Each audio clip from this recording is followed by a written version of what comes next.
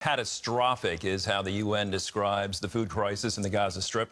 Officials are pressuring Israel to provide more access for food trucks. Israel, on the other hand, says more than enough food is getting into Gaza.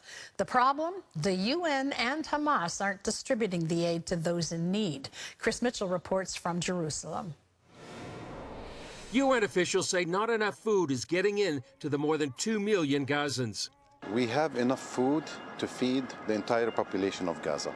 That food at the moment is outside the Gaza Strip. We need land crossings, we need access to get it into Gaza, whether in the southern parts of the Gaza or the northern part of Gaza, because the situation is catastrophic. However, Israel says record amounts of humanitarian aid are getting into Gaza, the equivalent of 3 pounds of food per person per day.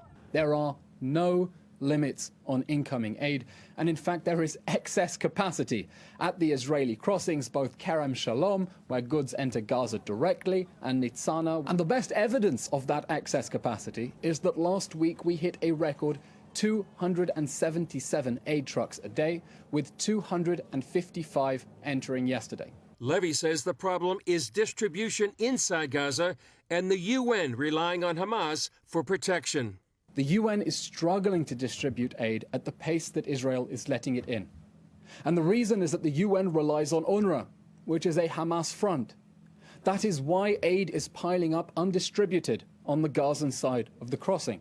Observers on the group posting this video said to show Hamas commandeering aid trucks entering Gaza.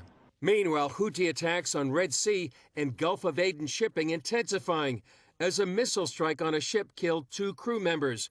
This just days after an attack resulted in the sinking of a commercial ship.